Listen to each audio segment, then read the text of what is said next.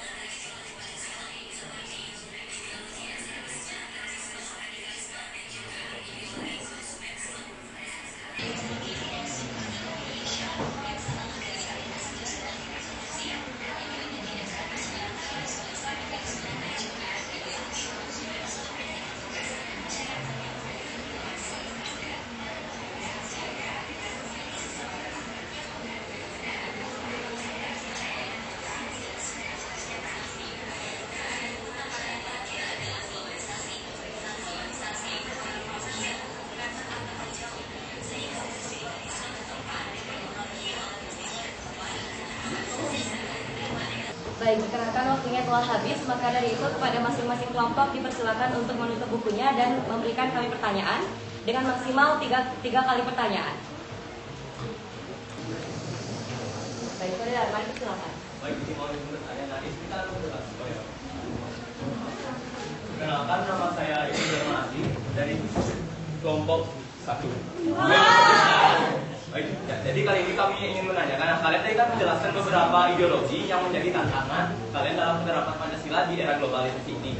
Nah, menurut kalian ideologi manakah atau tantangan ideologi yang mana yang paling menjadi sumber yang paling sulit untuk dirubah? Baik, sekian, terima kasih. Baik, untuk pertanyaan kedua, Galus.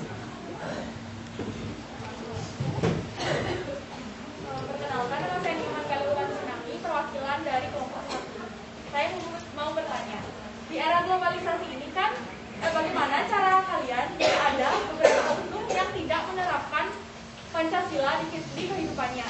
Nah, menurut kalian bagaimana cara menyikapi oknum tersebut? Terima kasih. Untuk pertanyaan selanjutnya, silakan Nela. Saya izin bertanya, oke, sebelumnya perkenalkan, nama saya Gusaya Mulia Persani dari kelompok 4. Di sini kan ada ideologi alternatif yang dimaksud apa sih yang permukaan tadi? Ada konsumerisme. Konsumerisme ini bertentangan sama ideologi Pancasila yang mana ya? Baik, untuk pertanyaannya akan kami tampung dan kami meminta waktu untuk diskusi terlebih dahulu.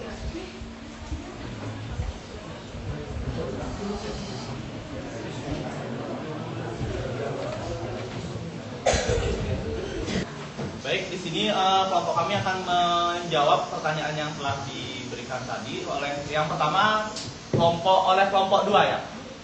Ya, oke. Dari pertanyaan Dharma yang dimana langsung intinya ya, yang dimana apa sih ideologi yang paling menantang untuk Pancasila dalam kehidupan global ini? Yang dimana menurut kami sendiri adalah ideologi konsumerisme. Mengapa? Karena yang dimana konsumerisme itu adalah sikap atau kecenderungan untuk terus-menerus mengonsumsi barang atau jasa tanpa batas. Yang dimana ini sangat bertentangan dengan sila kelima dan ketiga. Mengapa? Karena contohnya seperti fenomena yang terjadi sekarang, adanya toko online yang menjual harga di bawah rata-rata, yang dimana produk itu merupakan produk luar negeri. Yang dimana hal ini akan berdampak pada matinya UMKM karena sudah dikuasai oleh produk yang ada di online shop ini. Apakah bisa diterima? Baik, terima kasih untuk pertanyaannya.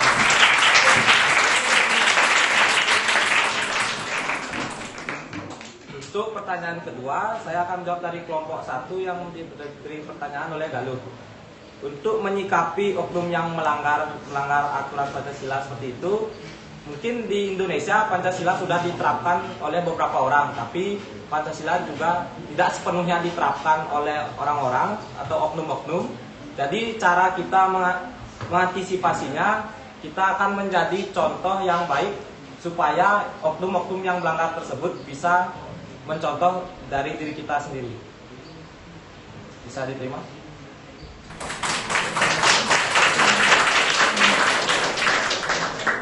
Baik, untuk pertanyaan terakhir adalah pertanyaan dari Naila, yang dimana konsumerisme bertentangan dengan ideologi yang mana. Nah, sama halnya seperti jawaban kita sebelumnya, bahwa konsumerisme adalah ideologi yang paling sulit untuk dirubah, dikarenakan adanya perilaku konsumtif ini di masyarakat akan berdampak pada kepekaan sosial yang cenderung mengabaikan dan juga tidak peduli dengan lingkungannya. Nah, konsumerisme ini bertentangan dengan sila kelima karena hal tersebut termasuk tidak adil, dan sila ketiga dikarenakan hal tersebut menjadi salah satu akibat dari banyaknya produk luar yang terjual dibandingkan produk dalam negeri, sehingga produk lokal dan juga UMKM akan mati dan juga tergeserkan. Apakah jawaban dapat diterima?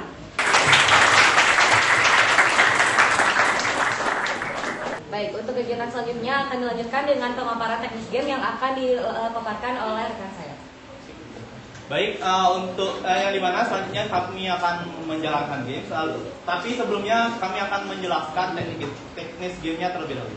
Yang dimana perwakilan kelompok, semua perwakilan kelompok maju ke depan untuk mengambil soal yang ada di depan yang sudah kami siapkan. Baca. Lalu yang dimana yang mengambil soal ini akan kembali ke kelompoknya masing-masing untuk menjawab soal tersebut. Lalu di kertas jawaban yang telah kami sediakan di depan. Lalu kemudian jawaban yang telah ditulis tersebut jika sudah selesai dibawa ke depan, lalu kemudian diberikan ke kita. Langsung ditempel ke depan sesuai kelompoknya, sesuai kolom kelompok yang sudah ada di depan ini. Lalu setelah selesai menempel, kelompok yang sudah selesai menjawab tersebut boleh mengambil jawaban yang ada di depan jika masih ada soal yang ada di depan jika masih tersedia. Jadi rebutan sistemnya, kalau misalnya sudah ditempel, boleh lagi ngambil soal sebanyak-banyaknya. tapi satu-satu. Jadi kalau misalnya udah sampai bapel, satu lagi ambil soal sampai soalnya habis. Ya, ambilnya hanya Udah disediakan jadi kertas tinggal dicopot dari atas gitu. Jadi nanti masing-masing jawabannya jikalau benar itu akan mendapatkan poin 2 dan misalnya itu jawabannya salah akan -1. Dan kelompok yang 3 kelompok yang mendapatkan nilai tertinggi akan mendapatkan reward dari kita.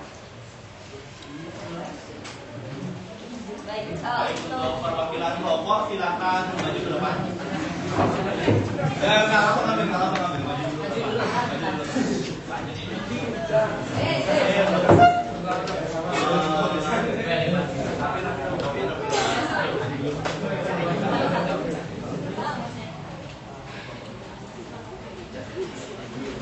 Satu, dua, tiga.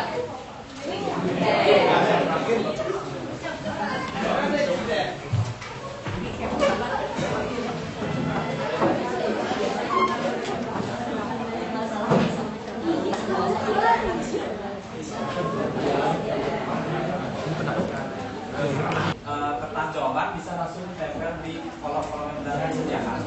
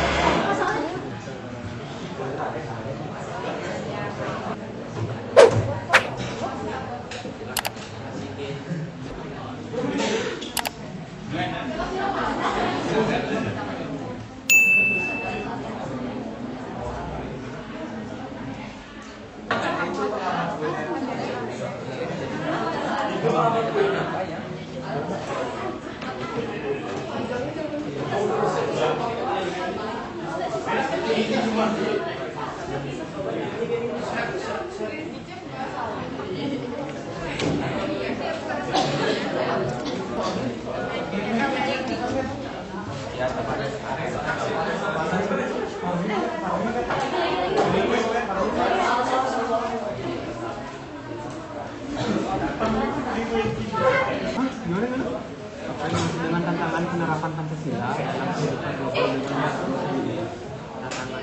tantangannya global.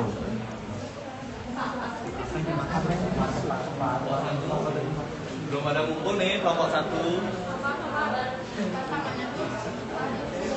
Masih imbang nih. Lihat kelompok 4 pemimpinnya. Kelompok yang lain.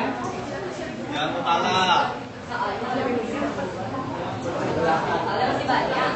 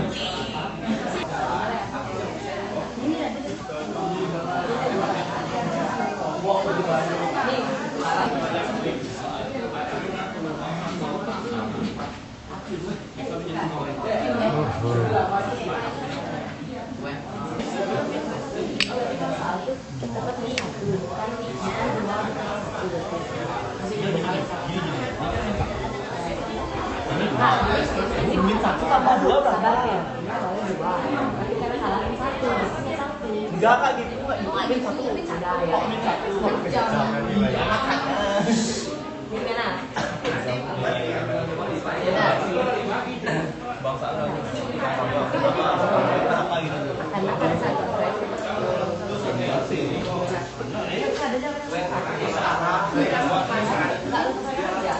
Iya, cuman ada tapi ada ya benar ya. Ini benar. Nih, sudah ditahu salah atau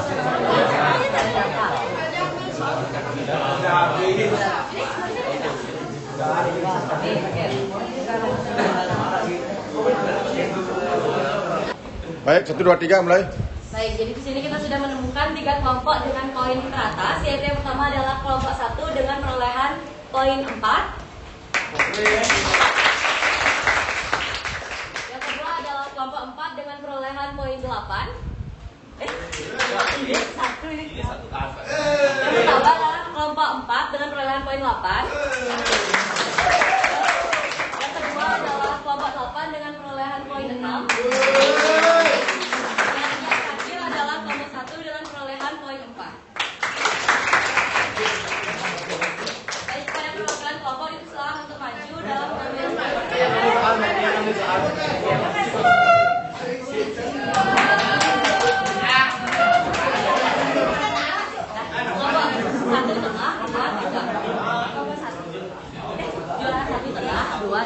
Satu, dua, tiga.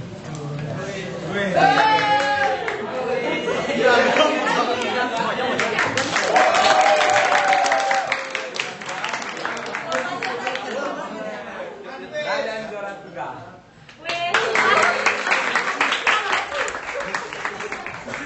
Baik, lu. 1, 2, 3, cekrip. 1,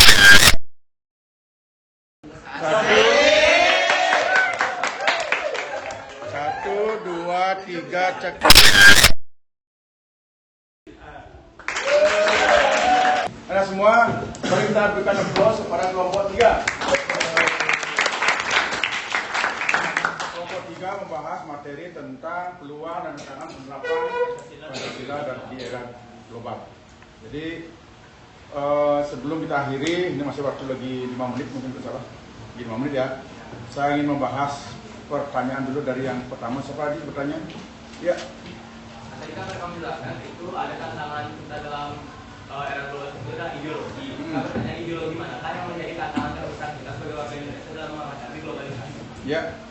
Ideologi, jadi bukan konsumerisme, itu bukan ideologi sebenarnya, tapi itu adalah gaya hidup. Jadi yang paling sering menjadi tantangan bangsa kita, khususnya di bidang ideologi, tantangan kan ada 5 tuh: ideologi, politik, ekonomi, sosial, budaya, pertahanan dan keamanan. Jadi kalau konsumerisme itu termasuk sosial, budaya, bukan ideologi, karena dia adalah gaya hidup. Kalau ideologi biasanya adalah ideologi liberalisme dan komunisme. Jadi bangsa kita menganut di mana kebebasan itu kebebasan yang bertanggung jawab. Sedangkan di liberalisme itu ada private liberalism. Jadi persaingan bebas, sebebas-bebasnya. Negara tidak boleh tercampur dalam kebebasan itu. Negara hanya boleh membuat regulasi, bukan membatasi, tapi hanya mengatur aja. Biarkan rakyat berusaha sendiri. Sehingga muncullah individualisme. Ini yang tidak sesuai dengan budaya bangsa. Kita bukan manusia individualis, walaupun sebenarnya manusia itu pada dasarnya adalah monodualistik. Satu pihak adalah individual, di pihak lain adalah sosial. Kalau liberalisme itu lebih menekankan pada individual. Sedangkan komunis berasal dari kata komunal, bersama. Tidak boleh ada milik pribadi seperti di liberal, tetapi semua milik bersama.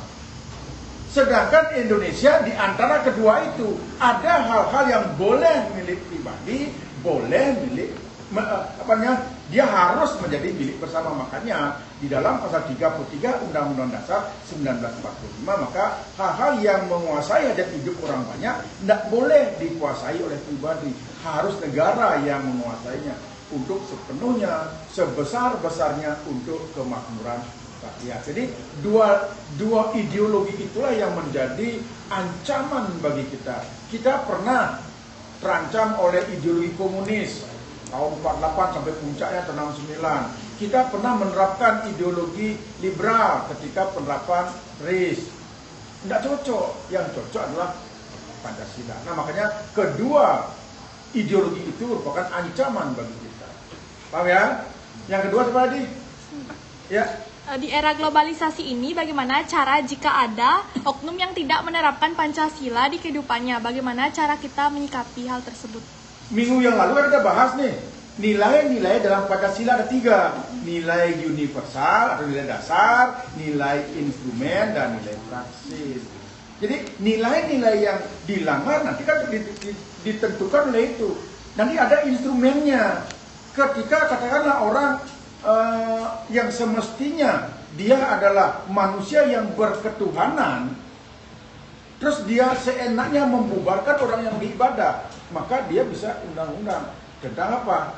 Bisa tentang pasal 156A, tentang pasal 175 itu tentang pelecehan agama, melarang orang beribadah, itu tidak boleh.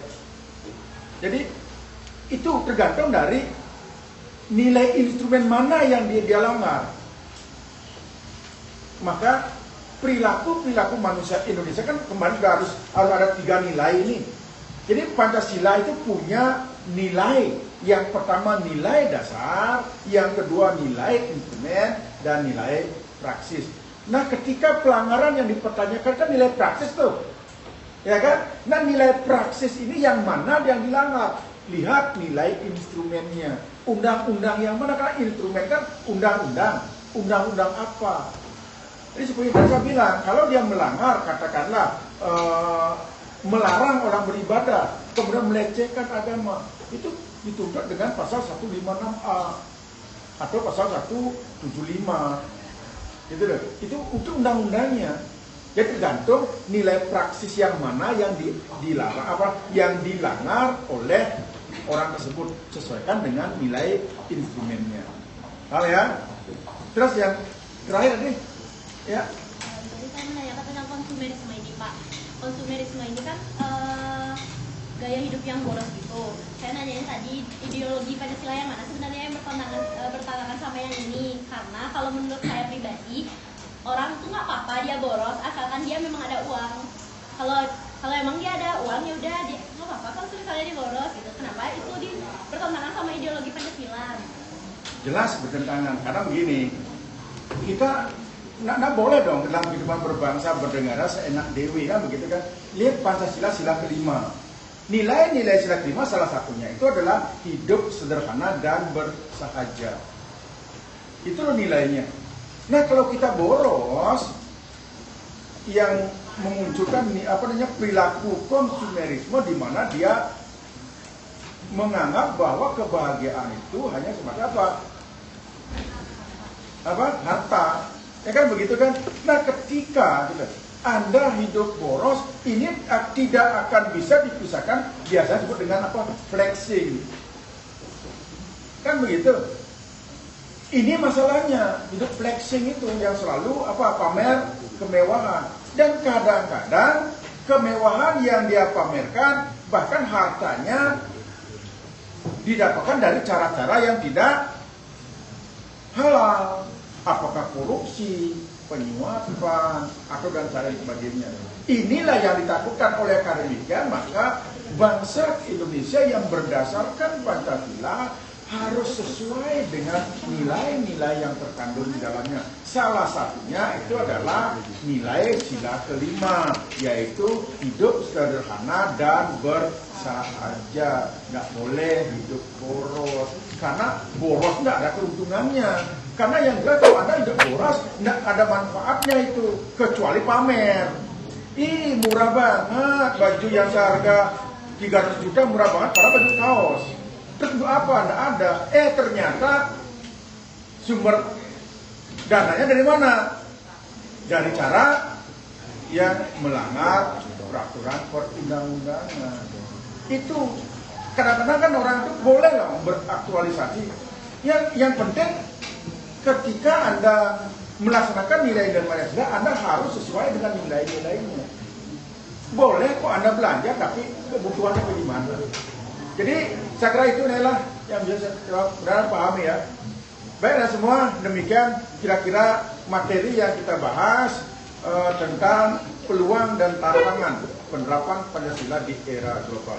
Artinya apa, anak-anak semua? Bahwa dapat kita simpulkan bahwa di dalam rangka mencapai atau menghadapi era global ini ada tantangan yang harus akan selalu kita hadapi ketika kita menerapkan nilai-nilai Pancasila. Tetapi ingat, tidak semua hidup ini ada tantangan, tetapi juga ada peluang. Nah, mari kita pergunakan peluang ini sebaik-baiknya. Bagaimana kita mampu mensosialisasikan bahwa nilai-nilai Pancasila itu nilai-nilai yang bersifat universal, nilai-nilai yang berlaku umum di seluruh dunia ini. Maka inilah peluang kita sekarang. Dengan kemajuan teknologi, kita bisa mensosialisasikan nilai-nilai Pancasila kepada negara asing. Nah, kemudian di saat mulai masuknya nilai-nilai perubahan, katakanlah teknologi, ini akan menjadi tantangan tersendiri bagi kita. Maka oleh karena kalian harus mempersiapkan diri, belajar sebaik mungkin, berlatih sebanyak-banyaknya. Jangan sampai Anda menjadi penonton di rumah sendiri di era global ini. Karena tidak ada lagi sekat-sekat antar negara. Untuk menghadapi itu hanya bisa dilakukan belajar, dan belajar, kemudian berlatih, dan berlatih. Mungkin itu yang bisa saya sampaikan kepada semua. Mari kita berikan sekali lagi aplaus buat kelompok 3. Dan aplaus buat kita bersama. Baik, terima kasih. Selanjutnya saya silakan kepada kelompok 3 untuk menutup. Baik, sekian merupakan presentasi dari kelompok kami. Sebelumnya kami mohon maaf jika ada kesalahan baik yang disengaja maupun tidak disengaja. Kami ucapkan terima kasih dan kami tutup dengan kalimat sakti.